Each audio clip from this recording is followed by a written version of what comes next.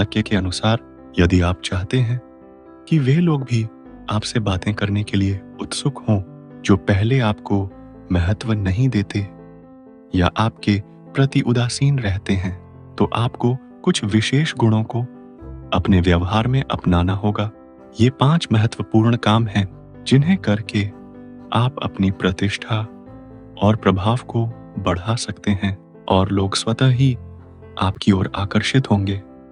Number 1, संवाद के नए रास्ते खोजें। चाणक्य के अनुसार जीवन में कई बार ऐसा होता है कि हम किसी विशेष व्यक्ति से सीधा संवाद स्थापित नहीं कर पाते हैं। कभी वह व्यक्ति बात करने में रुचि नहीं दिखाता है, तो कभी परिस्थितियां ऐसी होती हैं कि सीधा संवाद करना मुश्किल हो जाता है। ऐसी स्थिति में चाणक्य हमें सुझाव देते हैं कि हमें संवाद के नए और रचनात्मक रास्ते खोजने चाहिए। अगर कोई व्यक्ति आपसे सीधे बात नहीं कर रहा है, तो इसका यह मतलब नहीं कि संवाद का रास्ता बंद हो गया है। आप दूसरे तरीकों से उस व्यक्ति के साथ बातचीत का अवसर तलाश सकते हैं। उदाहरण के लिए, आप उस व्यक्ति के करीबी दोस्तों या परिवार वालों से बात कर सकते हैं। उनके माध्यम से आप उस व्यक्ति तक अपनी बात पहुंचा सकते हैं या उनकी रुचि के विषयों के बारे में जान सकते हैं। इसके अलावा यदि आप जानते हैं कि उस व्यक्ति की किस चीज में रुचि है, तो आप उसी विषय पर बात करके संवाद की शुरुआत कर सकते हैं। मान लीजिए, अगर किसी को खेलकूद में रुचि है, तो आप उसी खेल के बारे में चर्चा शुरू कर सकते हैं। यह एक ऐसा तरीका है जिससे बातचीत का माहौल तैयार हो सकता है और व्यक्ति आपसे संवाद करने में सहज महसूस कर सकता है। चाणक्य हमें यह भी सिखाते हैं कि संवाद के लिए लचीलापन जरूरी है। यदि एक रास्ता काम नहीं करता, तो दूसरा रास्ता अपनाएं। कभी-कभी हमें अपनी रणनीति बदलनी पड़ती है और व्यक्ति की पसंद नापसंद को ध्यान में रखते हुए संवाद का तरीका ढूंढना पड़ता है। यह न केवल हमारे संबंधों को मजबूत करता है, बल्कि आपसी समझ भी बढ़ाता है। नंबर 2, आत्मनिरीक्षण करें।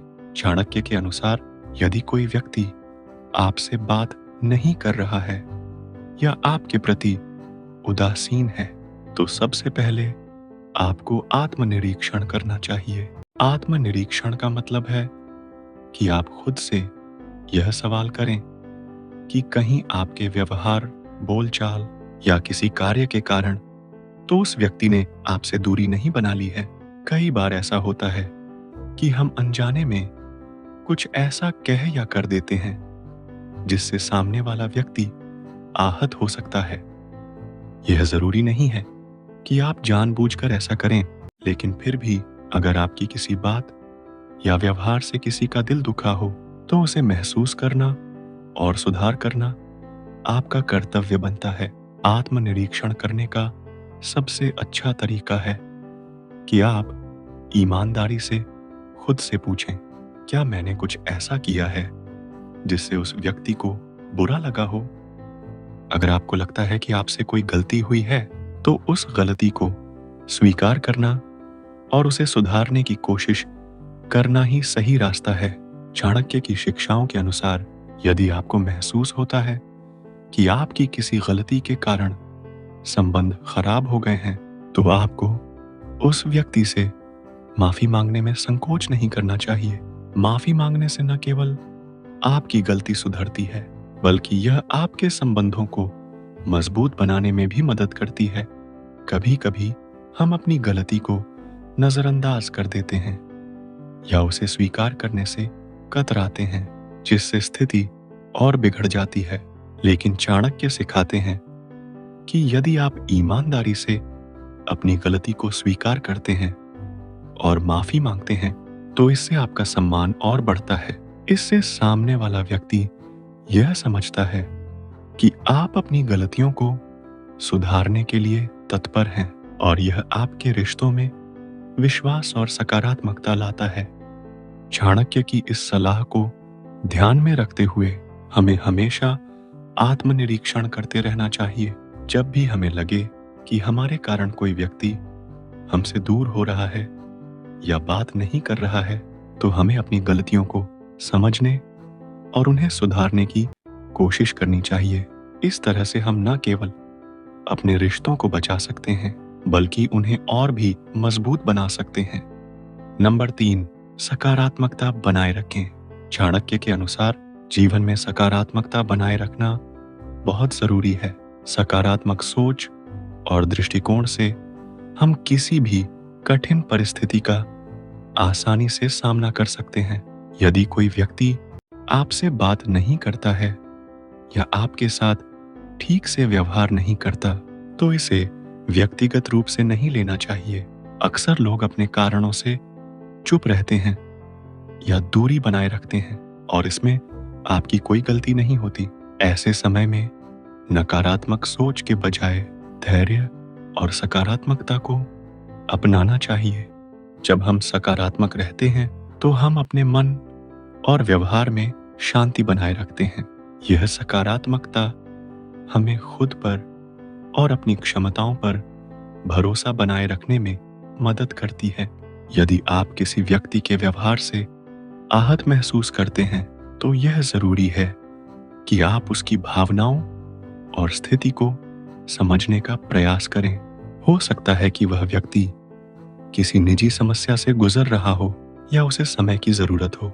इसलिए सकारात्मक बने रहकर ही आप सही फैसले ले सकते हैं और अपने संबंधों को बेहतर बना सकते हैं। नंबर 4, अपनी प्रतिष्ठा और कौशल बढ़ाएं। चाणक्य के अनुसार यदि आप समाज में सम्मान और लोगों का ध्यान पाना चाहते हैं, तो आपको अपनी प्रतिष्ठा और कौशल को लगातार बढ़ाना चाहिए। प्रतिष्ठा और कौशल ऐसे गुण हैं जो आपको दूसरों से अलग और विशिष्ट बनाते हैं। यदि आप खुद को योग्य, ज्ञानवान और प्रभावशाली बनाते हैं, तो लोग स्वतः ही आपकी ओर आकर्षित होने लगेंगे और आप उनके बीच एक विशेष स्थान बना लेंगे। प्रतिष्ठा को बढ़ाने के लिए सबसे पहले आपको अपने कौशल और ज्ञान में सुधार करना होगा। यह जरूरी है कि आप अपने क्षेत्र में विशेषज्ञता हासिल करें और लगातार नई चीजें सीखते रहें।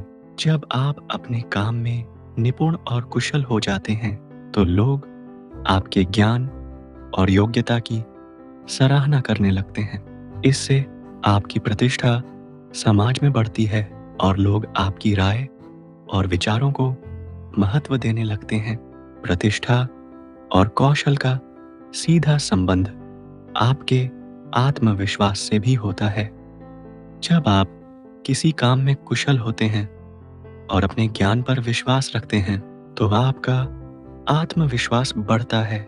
आत्मविश्वास के साथ जब आप अपने विचार प्रस्तुत करते हैं, तो लोग आपकी बातों को गंभीरता से लेते हैं और आपको एक सम्मानित व्यक्ति के रूप में देखते हैं। चाणक्य का मानना है कि प्रतिष्ठा और कौशल ही वे आधार हैं जिनके माध्यम से आप समाज में एक प्रभावशाली व्यक्ति बन सकते हैं। यदि आप खुद को मूल्यवान और योग्य साबित करते हैं, तो लोग खुद ब खुद आपके पास सलाह लेने या मार्गदर्शन प्राप्त करने के लिए आएंगे। प्रतिष्ठा और कौशल केवल बाहरी सम्मान पाने के लिए नहीं होते, बल्कि ये आपकी आंतरिक मजबूती और आत्मसंतोष का भी आधार होते हैं। चाणक्य हमें सिखाते हैं कि हमें निरंतर अपने कौशल और ज्ञान को बढ़ाते रहना चाहिए। जब आप खुद को ज्ञान और योग्यता से समृद्ध करते हैं, तो आपकी प्रतिष्ठा अपने आप बढ़ती है।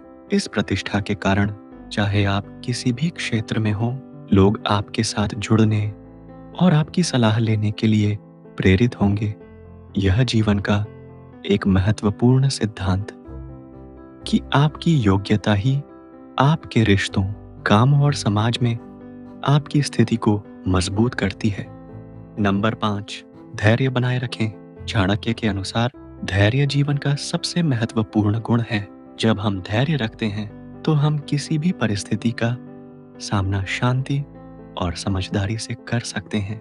खासकर तब जब कोई व्यक्ति हमसे बात नहीं कर रहा हो या दूरी बनाए हुए हो, तो धैर्य ही वह रास्ता है जो हमें सही निर्णय लेने में मदद करता है। अगर किसी व्यक्ति ने आपसे बात करना बंद कर दिया है या वह आपसे संवाद करने में रुचि नहीं दिखा रहा है, तो हमें घबराने या परेशान होने की बजाय धैर्य से काम लेना चाहिए। कई बार लोग अपने जीवन में किसी व्यक्तिगत समस्या या मानसिक दबाव के कारण दूसरों से दूर हो जाते हैं। ऐसे में अगर हम उनसे जबरदस्ती बात करने की कोशिश करेंगे या उन पर दबाव डालेंगे, तो इससे स्थिति और भी बिगड़ सकती है। चाणक्य बताते हैं कि हर किसी को अपनी भावनाओं को संभालने और समय के साथ अपने विचारों को स्पष्ट करने का अवसर मिलना चाहिए। धैर्य रखते हुए हमें उन्हें समय देना चाहिए ताकि वे अपनी स्थिति को समझ सकें, और जब वे तैयार हों तब वे खुद आपसे बात करने के लिए आगे आएं। धैर्य का अर्थ यह नहीं है कि आप कमजोर हैं या आपने हार मान ली है, बल्कि धैर्य दिखाना आपकी समझदारी और परिपक्वता का प्रतीक है। धैर्य से हम अपनी भावनाओं को नियंत्रण में रखते हैं और जल्दबाजी में कोई ऐसा कदम नहीं उठाते जो हमें बाद में पछताने पर मजबूर करे। जब आप धैर्यपूर्वक इंतजार करते हैं, तो समय के साथ चीजें अपने आप बेहतर हो सकती हैं। अगर कोई आपसे बात नहीं कर रहा है, तो इसे व्यक्तिगत रूप से नहीं लेना चाहिए। धैर्य बनाए रखें और उस व्यक्ति को अपने समय में अपनी भावनाओं और विचारों को स्पष्ट करने का मौका दें। संभव है कि समय के साथ वह व्यक्ति अपनी स्थिति को समझे और खुद आपसे बातचीत करने की पहल करे।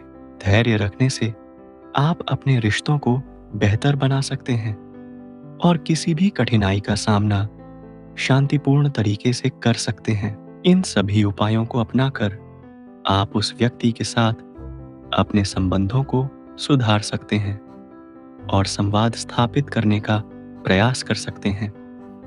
चाणक्य की ये शिक्षाएं आज भी प्रासंगिक हैं और हमें जीवन में समझदारी और धैर्य के साथ चुनौतियों का सामना करने का मार्ग दिखाती हैं।